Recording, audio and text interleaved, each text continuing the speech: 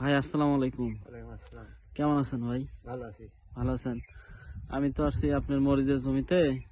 যে এই এই জাতের নাম কি বলতে পারেন? তুফান। তুফান। এই কেমন হয়েছে ভাই? না, তুফান মরিচ ভালো ভাই। ভালো না? হ্যাঁ। ধরন কেমন? ধরনও খুব ভালো, দামও ভালো, ফলনও ভালো। ফলনও ভালো না? হ্যাঁ। আপনি এখানে কতটুকু জমি লাগাইছেন? আমার সব ধরেন মিলে সব মিলে সব মিলে আর 24 শতক। 24% জমি। তার মধ্যে আরো দুইটা জাত আছে না? হ্যাঁ, আরো দুইটা আছে দাম। হ্যাঁ, ওইগুলোর তুলনায় এটা কেমন মনে হচ্ছে?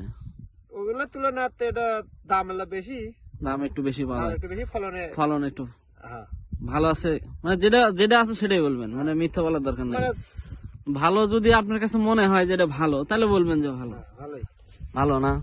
এই ধরন কেমন? গাছের ধরন এটা ভাই ধরন মানে মরিচটা আগে আসি। আগে আসে। হ্যাঁ, এই যে- অল্প টাইমে মরিচ আছে। এই যে মরিচের সাইজ গুলো কেমন মনে হচ্ছে আপনার? হ্যাঁ, মরিচের মরিচের সাইজও ভালো, ভালো না? সুন্দর আছে। সুন্দর আছে, দামও তো ভালো আছে। হ্যাঁ, তা আপনার কাছে মনে হচ্ছে যে এটা পরবর্তীতে চাষ করা যাবে না? হ্যাঁ, চাষ করা যাবে। এর পরবর্তীতে লাগালে আপনি পুরোটা এই তুফানি লাগাবেন, দেখবেন ইনশাল্লাহ ভালো হবে।